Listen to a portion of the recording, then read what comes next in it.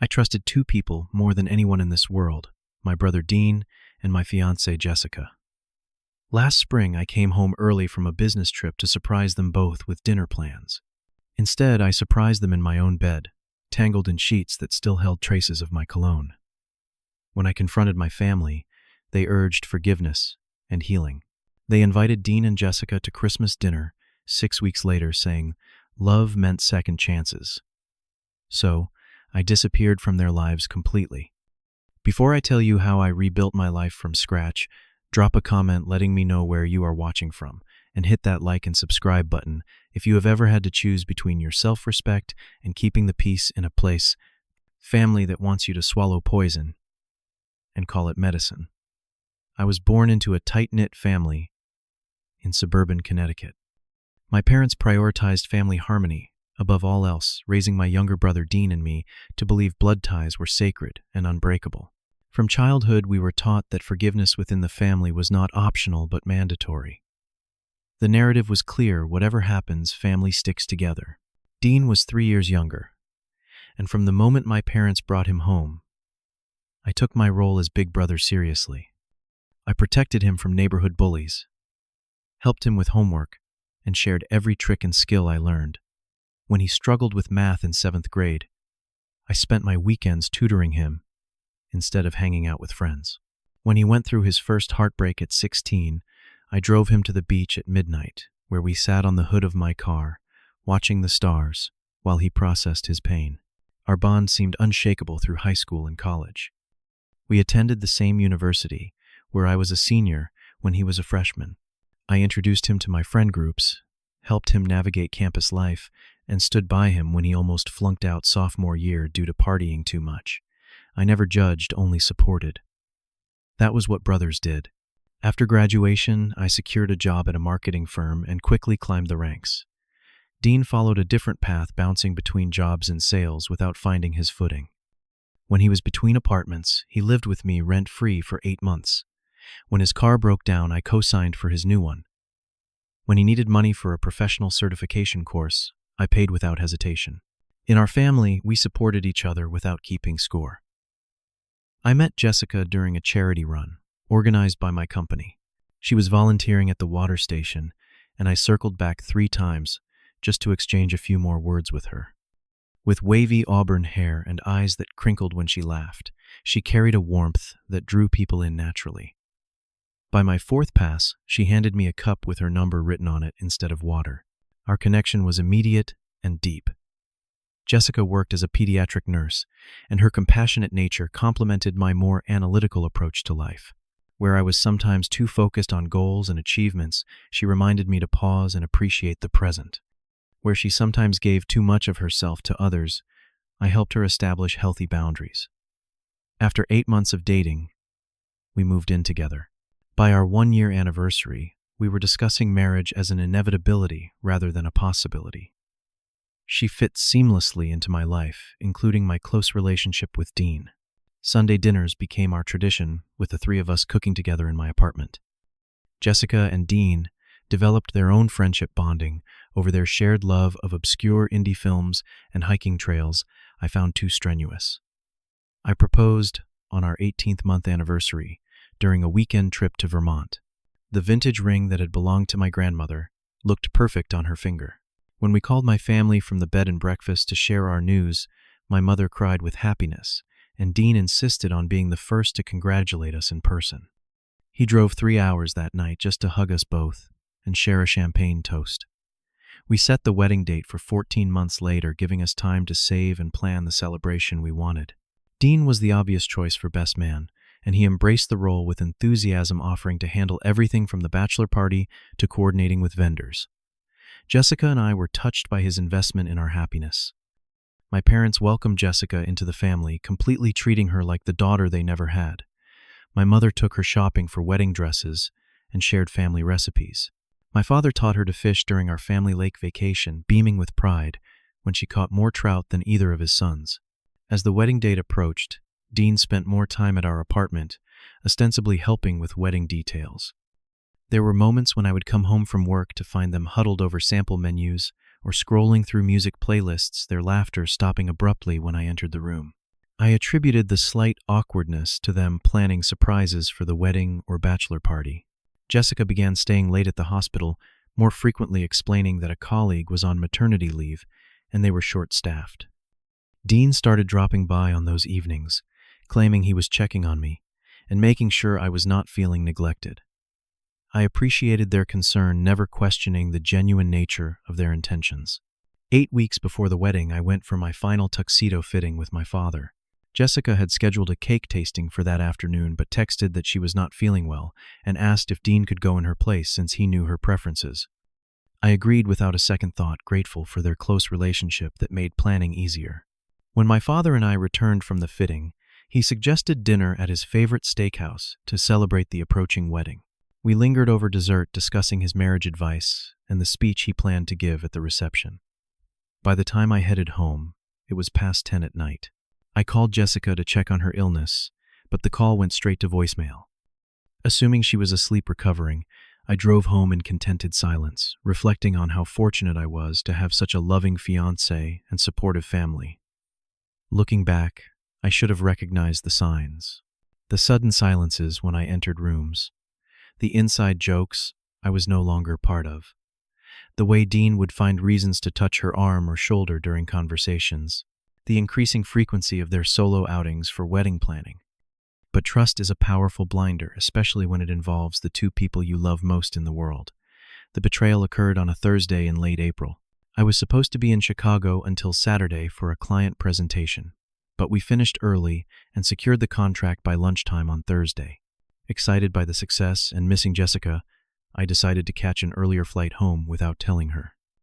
I stopped at her favorite Thai restaurant to pick up dinner, thinking I would surprise her with food and the good news about the contract that meant a substantial bonus. When I pulled into our driveway at 7:30 in the evening, I noticed Dean's car parked on the street. My first thought was appreciation that he was checking on Jessica during my absence. I balanced the takeout bags and my luggage as I unlocked the front door, calling out cheerfully.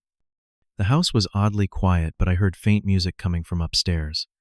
Leaving the food in the kitchen, I headed toward our bedroom to change out of my travel clothes. The bedroom door was partially open, and what I saw through that gap shattered my world in an instant. My brother and my fiancée were in our bed, her head thrown back in pleasure, his mouth on her neck. The sheets were tangled around them, and their clothes were scattered across the floor, including the blue dress I had given Jessica for her birthday just weeks earlier. Time seemed to stop. My breath caught in my throat. A strange ringing filled my ears. I stood frozen, unable to process the scene before me.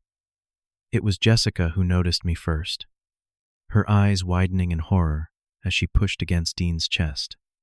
He turned, his expression shifting from passion to shock to something like guilt mixed with defiance.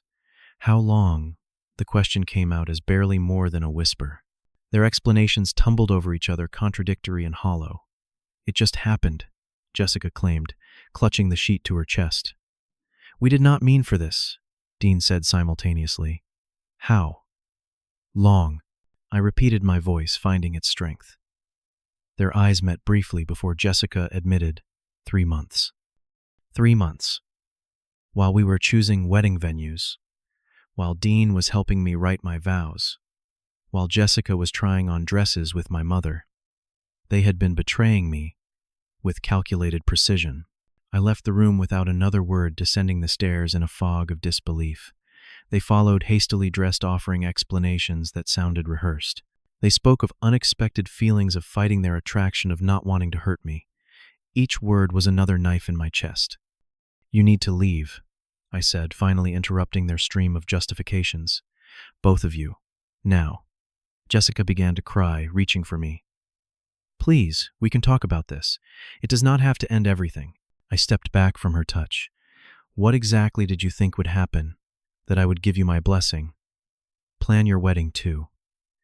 Dean stepped forward, his chin raised slightly. "We were going to tell you after the contract presentation. We did not want to distract you from your work."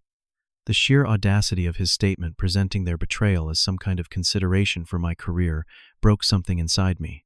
I laughed, a hollow sound that scared even myself. "How thoughtful of you both. Now get out before I do something we will all regret."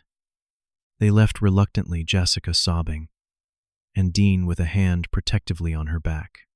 The door closed behind them, and I sank to the floor, surrounded by the remnants of the life I thought we were building together. The next 24 hours passed in a blur. I did not sleep. I did not eat the Thai food that sat forgotten on the counter. I ignored the barrage of text messages and calls from both Jessica and Dean, each attempting to explain, justify, or minimize what I had witnessed. By morning, I had moved from shock to a cold, clear anger. I packed Jessica's essential belongings into boxes and left them on the porch with a note requesting she arrange to collect the rest when I was not home. I changed the locks. I removed her from our joint accounts. Methodical steps to excise her from my life. What I did not expect was the call from my mother the following afternoon. "We need to talk as a family," she said, her voice gentle but firm. "Dean and Jessica are here with us. They have explained everything, and while we understand you are hurt, we believe there is a path forward through forgiveness." I was speechless. Less than 48 hours after discovering their betrayal, my family was already hosting them, listening to their version of events and preparing to broker peace. "There is nothing to discuss," I managed finally. "Sweetheart, I know this feels impossible right now, but families overcome hard things together. Dean is your brother. That bond is forever." "And Jessica?" I asked, incredulous. "Is she family too now?" My mother paused before responding.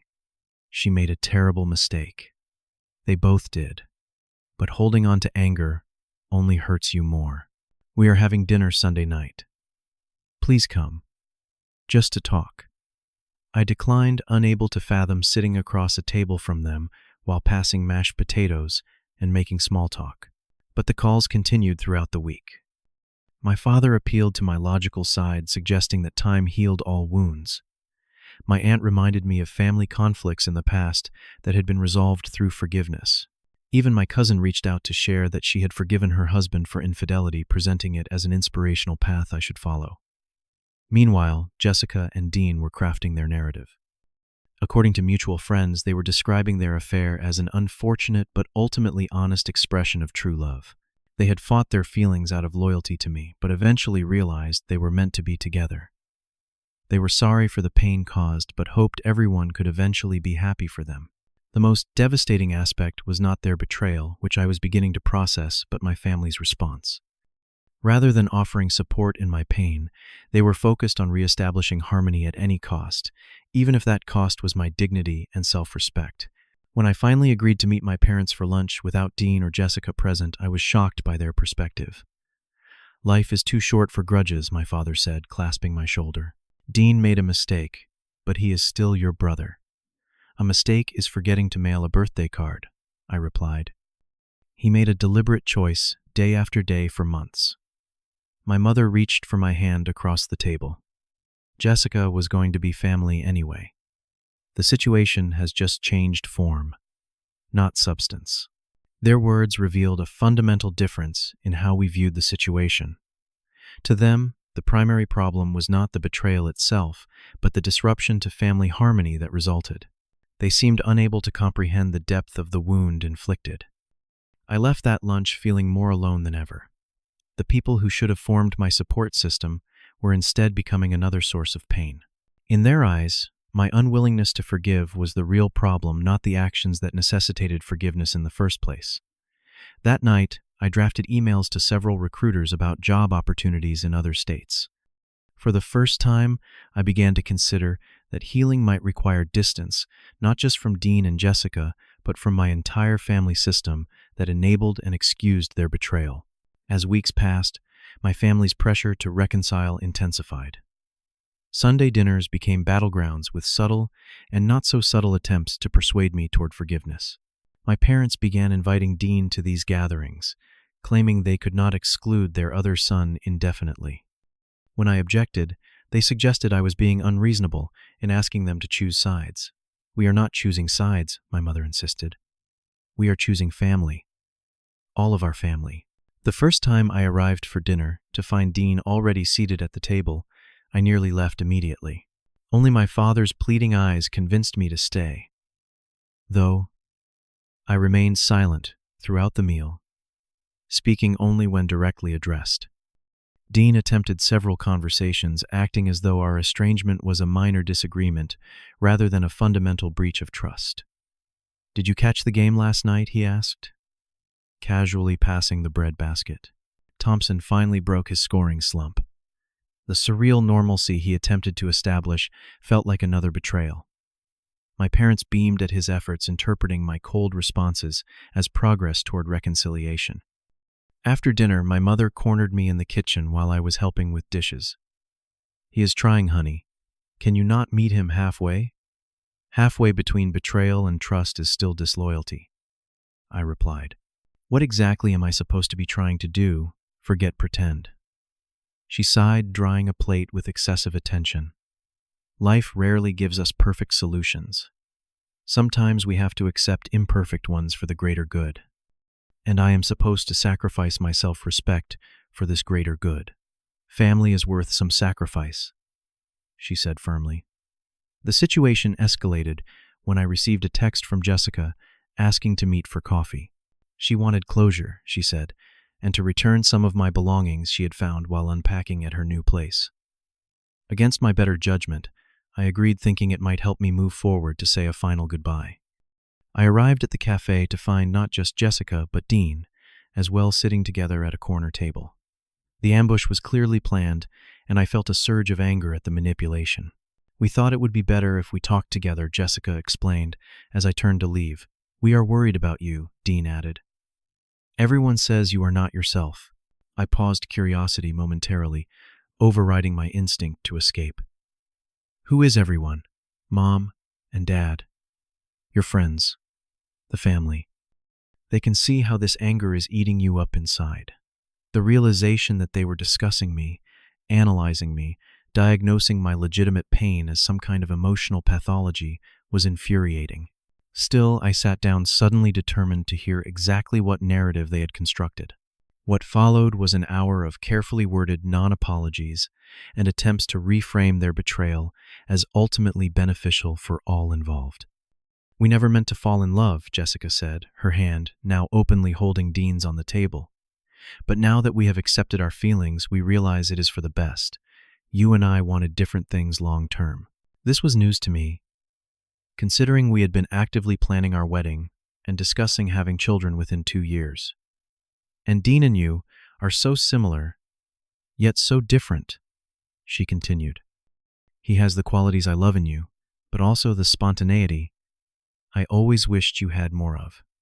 Each word felt calculated to diminish what we had shared while justifying their actions. Dean nodded along occasionally, adding his own observations about their natural connection and how they had fought it until they couldn't anymore. "What do you want from me?" I finally asked. "My blessing." They exchanged glances before Dean answered. "We want to move forward without this cloud hanging over all of us. Mom and Dad are caught in the middle, and it is making family events impossible to navigate. So this is about making things comfortable for everyone else," I clarified. "It is about healing," Jessica countered, "for all of us." I looked at them sitting there, fingers intertwined, expressions earnest, yet expectant, waiting for me to absolve them of their guilt so they could enjoy their relationship without complications. In that moment, I saw with perfect clarity what I needed to do. "I wish you both well," I said, standing to leave. "I truly do. But I will not be part of your narrative of forgiveness and reconciliation. Not now. Maybe not ever." Their disappointed expressions confirmed what I had suspected. This meeting was never about my healing, but about easing their discomfort and simplifying their lives. The final breaking point came 2 months after discovering the affair. My parents called to inform me that Dean and Jessica had moved in together and were now officially a couple. They were planning to host a small family gathering to celebrate this new chapter and hoped I would attend as a show of maturity and family solidarity. The request was so divorced from any recognition of my pain that it felt like a parody. When I declined, my mother's tone shifted from hopeful to disappointed. "We cannot keep accommodating your feelings indefinitely," she said. "Life moves forward, Dean will always be your brother, and Jessica will likely be part of our family one way or another. At some point, you need to accept that reality. I have accepted it, I replied. What I will not accept is pretending their choices did not hurt me, or that our family bonds justify dismissing that hurt. My father took the phone. Son, we love you. But this has gone on long enough. Either you find a way to make peace with this situation, or family gatherings are going to become very complicated. The ultimatum, though softly delivered, was clear. My parents were prioritizing the appearance of family harmony over the genuine healing of their wounded child. They were choosing the comfort of reconciliation over the discomfort of acknowledging that some betrayals change relationships permanently. That evening, I made my decision. I accepted a job offer in Seattle, over 3,000 miles from my Connecticut home. I put my house on the market, donated or sold most of my possessions, and prepared for a fresh start where no familiar faces would trigger painful memories. I did not announce my plans to my family until everything was finalized. When I finally told them over dinner at their house, their shock was genuine. "You cannot just run away from your problems," my father said, his fork suspended midair. "I am not running away," I corrected him. "I am choosing to build a life where I am not constantly asked to minimize my pain for others' comfort." "This is an extreme reaction," my mother added, tears forming. "What about holidays, family gatherings, your future?" "My future is exactly what I am protecting," I said gently. "And as for gatherings, I will visit occasionally, but only if I can do so without being expected to play happy families with Dean and Jessica." They protested, further cycling through guilt, anger, and bargaining. But for the first time in months, I felt a clarity and peace that confirmed I was making the right choice. By removing myself from the toxic dynamic, I was reclaiming control over my healing process. Dean found out from our parents and called immediately, his voice a mixture of indignation and panic. "You are moving across the country without even discussing it with me." After everything we have been through together, the audacity of his question left me momentarily speechless. "Yes, Dean. After everything we have been through, including you, sleeping with my fiancée, I am making a life decision without consulting you." "This is exactly the kind of dramatic overreaction that has everyone worried," he replied. "Running away never solved anything." "I am not running from a problem," I said calmly. "I am walking toward a solution." The day before my departure, my parents hosted a small goodbye dinner, just the three of us. They had finally accepted that my decision was made, though they still harbored hopes I would eventually move back east. As we ate dessert, my mother reached for my hand. "Promise you will call when you arrive safely," she said. "And remember, no matter what has happened, this will always be your home." I squeezed her hand, appreciating the sentiment, while knowing that my definition of home had fundamentally changed. Home was no longer a place where I had to compromise my self-respect to belong. Home would be wherever I could stand firmly in my truth and be respected for it. As I drove away from their house for the last time, I caught a glimpse of Dean's car turning onto the street, undoubtedly arriving for his own goodbye moment that my parents had scheduled after mine to avoid conflict. The timing symbolized everything about their approach to the situation, managing the surface while avoiding the depths. I did not stop or turn around. Instead, I continued forward, my car packed with the few belongings I had kept, and my heart lighter than it had been in months. The road ahead was uncertain, but unquestionably mine, to travel on my own terms. The first months in Seattle were both challenging and liberating.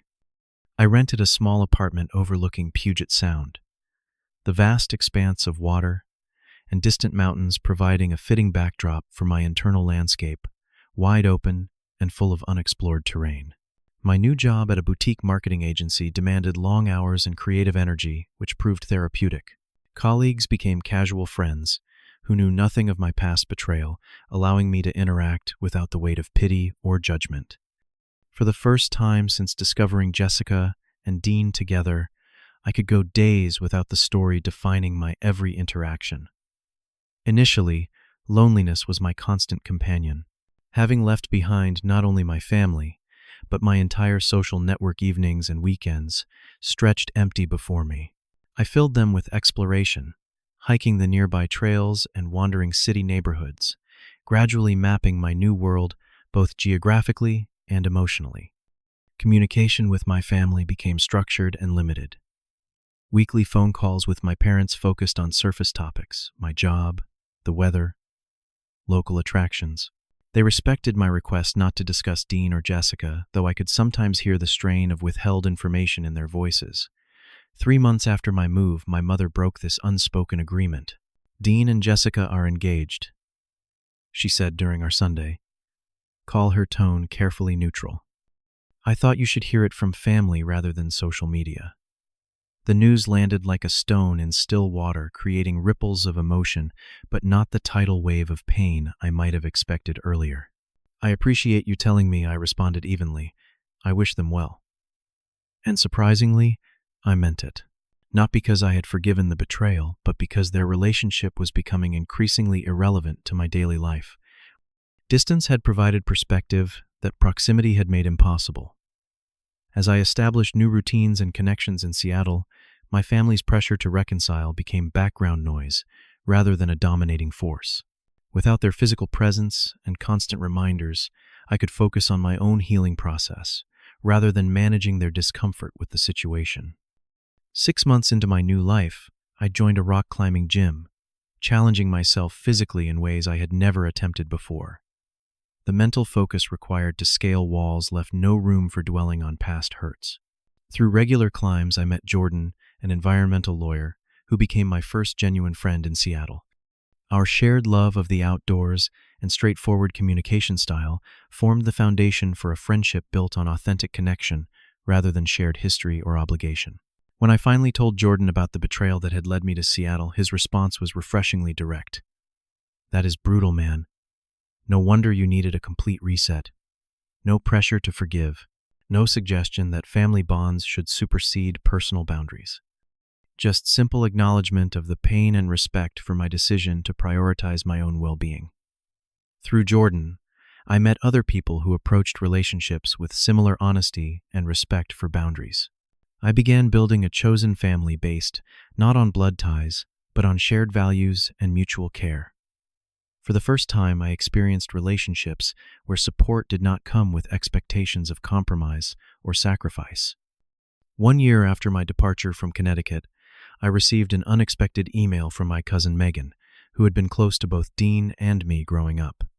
She was visiting Seattle for a conference and asked if we could meet for dinner. Cautiously, I agreed, specifying that I did not want to discuss Dean or Jessica. Over dinner, Megan surprised me with her perspective. "I want to apologize for not reaching out sooner," she said. I was uncomfortable with how the family handled everything, but I went along with it because it seemed easier. Easier than what I asked. Easier than acknowledging that sometimes terrible things happen that cannot be fixed with family dinners and forced reconciliations, she replied. "I watched them pressure you to swallow your pain for the sake of harmony, and I said nothing. That was wrong." Her acknowledgement was the first validation I had received from anyone in the family. The simple recognition that my feelings were legitimate and my boundaries reasonable felt like a gift I had not known I was waiting for. Through Megan, I learned that Dean and Jessica's relationship was showing cracks without the drama of betrayal and family tension to bind them together. They had postponed their wedding twice, citing venue issues, but actually struggling with trust problems of their own. Turns out that relationships built on betrayal tend to be haunted by the possibility of more betrayal, Megan observed. Dean is constantly checking her phone, and Jessica resents his suspicion. The irony is lost on both of them. I felt no satisfaction in their struggles, only a sense of inevitability. They were experiencing the natural consequences of their choices, consequences that had nothing to do with me or my forgiveness. My parents eventually visited Seattle, 18 months after my move. I showed them my promotion to creative director, my new condo with views of Mount Rainier on clear days, and the community garden where I had learned to grow vegetables. They commented repeatedly on how settled and content I seemed. On their last evening, sitting on my balcony watching the sunset, my father finally broached the subject we had been avoiding. "Your mother and I have been doing some thinking," he began cautiously. "We may have handled things badly after what happened." My mother nodded, adding, "We were so focused on keeping the family together that we did not consider what that meant for you individually." We pressured you to heal on our timeline rather than your own. Their acknowledgement, though belated, was meaningful. It did not erase the past, but opened the possibility for a more authentic relationship moving forward, one based on genuine understanding rather than obligatory connection. That night I realized that my decision to leave had ultimately benefited not just me, but my relationship with my parents as well. Distance had given all of us the space to reflect on our values and priorities. Their visit concluded with tentative plans for me to return east for Christmas, with clear boundaries established about Dean and Jessica's presence. 2 years after discovering the betrayal, I met Sophie at a charity auction, where I had donated marketing services from my agency. Intelligent, creative, and refreshingly straightforward, she approached relationships with the same value for honesty that I had come to prioritize. Our connection developed slowly and deliberately built on open communication and mutual respect. When I eventually shared my history of betrayal with her, Sophie asked thoughtful questions about my healing process rather than focusing on the drama of the story itself. How did that experience change what you need in relationships now?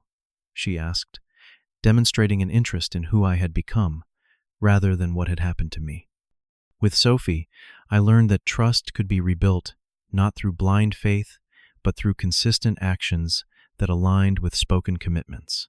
The hypervigilance I had feared might permanently damage my ability to connect romantically gradually eased as our relationship proved reliable day after day. 3 years after leaving Connecticut, I returned for my parents' 40th anniversary celebration. It was my first time seeing Dean and Jessica since my departure. They attended with their 6-month-old daughter, their relationship having apparently stabilized enough to start a family. Our interaction was civil but distant. The charged emotions that had once dominated our dynamic had faded into a cool neutrality. We exchanged brief pleasantries before naturally gravitating to different areas of the party. My parents, true to their word, respected the boundaries I had established and did not attempt to manufacture reconciliation moments. What struck me most was how little their presence affected me. The people who had once held the power to devastate me now felt like distant acquaintances, their choices relevant to my life only to the extent that I allowed them to be. I had moved from anger to indifference, which proved to be the true opposite of love. The journey from betrayal to rebuilding taught me that forgiveness is not a universal requirement for healing. Sometimes the healthiest response to betrayal is not to forgive and forget, but to acknowledge the breach of trust, establish appropriate boundaries, and redirect your energy toward creating a life aligned with your own values rather than others' expectations. Family remains important to me, but my definition has expanded beyond blood ties to include the people who demonstrate through actions that they value my well-being as much as their own comfort. My chosen family in Seattle has grown to include diverse individuals united by mutual respect and authentic connection. Sophie and I are now engaged planning a small ceremony on the Washington coast next spring. My parents will attend, having earned their place in my new life through respect for my boundaries and genuine acknowledgement of past mistakes. Dean and Jessica will not be invited, a decision that no longer feels vindictive, but simply appropriate given our history and distant relationship. The most profound lesson from this experience has been learning the difference between keeping peace and maintaining dignity.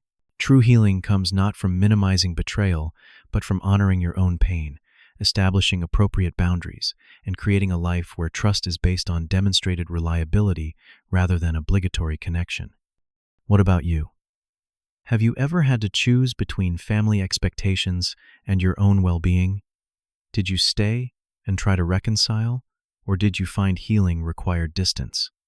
Share your experience in the comments below. And if this story resonated with you, please hit that like button and subscribe for more stories about rebuilding after betrayal. Do not forget to share this video with someone who might need to hear that sometimes the bravest thing you can do is walk away from relationships that demand your dignity as the price of admission. Thank you for listening, and remember that you deserve connections that honor rather than diminish your worth.